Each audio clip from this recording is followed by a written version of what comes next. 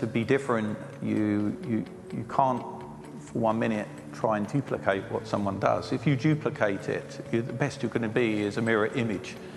And a mirror image isn't going to give you a competitive advantage. And even though maybe when you take that photograph of that image, there's only milliseconds passed before you're looking at it, simple fact is you're behind the game. Straight away, you're behind the game.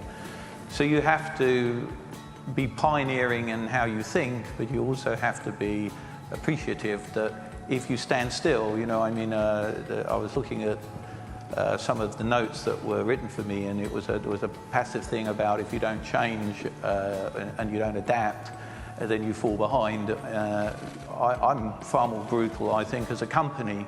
If you don't adapt and change, you die. I mean, you fail. And if you look at our business, it's a very, very competitive world. 106 Formula One teams have come and gone in the period in which I've been involved in Formula One, which is somewhat over 30 years. And these teams, literally, they get created, there's huge sums of money, and they fail. And they fail because they just don't understand the fundamental principles of being in a sport that doesn't take prisoners. You have to enter Formula One with the concept of being competitive. And there's a very big differentiation between competitiveness and competing. When you compete, you participate.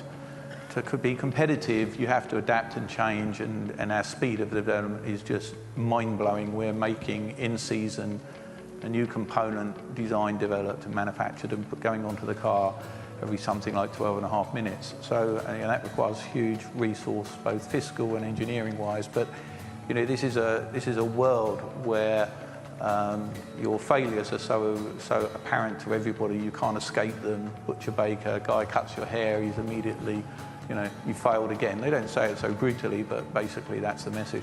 So it doesn't take prisoners, and it's a sport that requires you to be just the best at everything. And again, being the best is challenging. Being the best consistently year after year is extremely challenging.